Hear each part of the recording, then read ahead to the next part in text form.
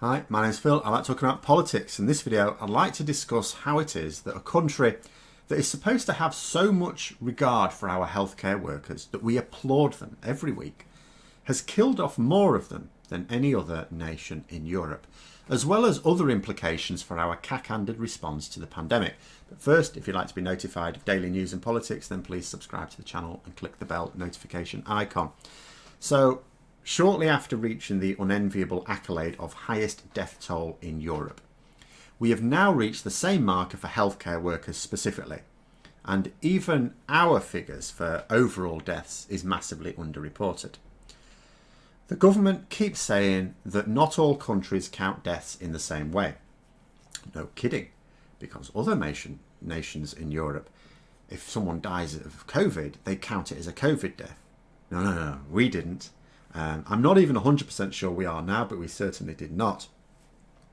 And this is why the government are reporting a death toll in the UK of about 35,000. But the Office for National Statistics says that it's more like about 55,000 as a conservative estimate, and is actually very likely to be over 60,000. I think about 62,000 is believed to be the more reliable figure. And consider what that means in practice.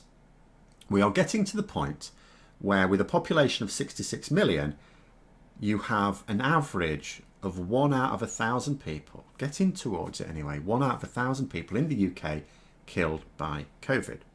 And that number, of course, is still going up, because the rates of death may have come down a little. Hard to say, because the government keep trying to hide the numbers, but there's strong belief that it has. But it's still really high. It's come down a little bit from a really high figure, and it's still a really high figure, just not as high as the really, really high figure.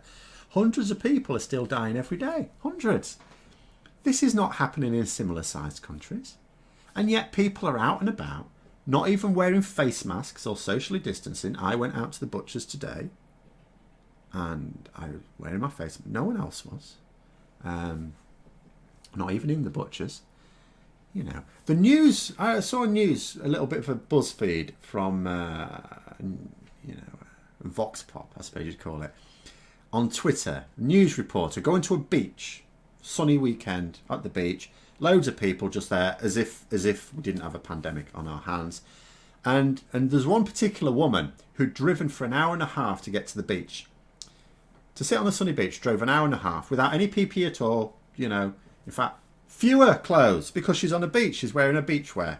And do you know what she had to say to the reporter? She was complaining about the people at the beach at a time like this. All these people on the beach, don't they know there's a pandemic on? You idiots! The blinding stupidity of the people like this when the government are not leading the nation. British common sense, my arse. So what I'm saying is that the total death toll could easily double from what it is now. Easily. Much more. That might be an underestimate, in fact. But we could get to a position where, let's say, there's 1 in 500 people in the UK die from this. Now, at this point, I would argue you get into a scenario where a lot of people in this country will know someone who has personally succumbed to this. So, with a government strategy that seems tailor-made to make people in this country deliberately ill, you'd have thought we'd have had the greatest need for healthcare workers. But apparently the government doesn't see it that way. Not only did we have massive shortages in the NHS before this crisis even emerged, and not only are the government still calling NHS workers unskilled, but we're killing them off through a lack of protective equipment at a rate greater than any other country in Europe. And consider this, we've only just taken the top spot in Europe on healthcare worker deaths, and we've just adopted policies that guarantee that the number of cases will go on the increase again over the next few weeks. So the final figure will look truly dreadful. And there's going to come a time when the government are no longer able to say that international comparisons are unfair. Actually, no, they will still say it, but there has to come a point where more and more people don't believe it, especially if they are personally touched by this tragedy. And I've said it before and I'll say it again. You can fool people into thinking that the most heartless things are true, with the right psychology. Something conservatives in all countries excel at. But it's much tougher when the truth is brought home to these people. 1 in 500 people could easily die of this. Think about how many people you know. So how many people would then be affected? Most people don't know 500 people personally, sure. I would say most people probably know 100 people. So maybe you're talking something like 10 to 20% of the population will know someone personally who's died from this. Will those people buy the government bluff as easily when they've lost someone? When it's affecting them, and not some people they don't know, when it's actually affecting them, people tend to be a lot more critical of the rubbish that they're being fed by government. You know, right-wing politics works on the basis of screwing over small groups of people at a time so that there's never a major backlash to their behaviour, because it hurts a small group of people and then everyone else looks in and says, well, I'm not in that group, I don't care, or well, they probably deserved it, or you know, whatever.